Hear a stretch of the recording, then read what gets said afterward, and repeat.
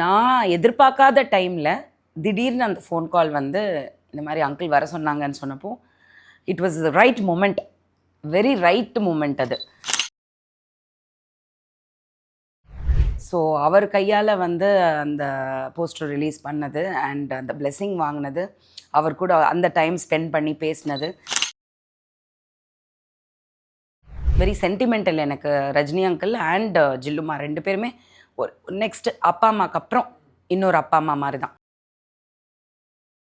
Somebody rare in your life, even own father has not asked me what can I do for you. எங்கேயோ இருப்பேன், எப்படியோ நம்பரை பிடிச்சிட்டு கால் பண்ணிடுவாங்க.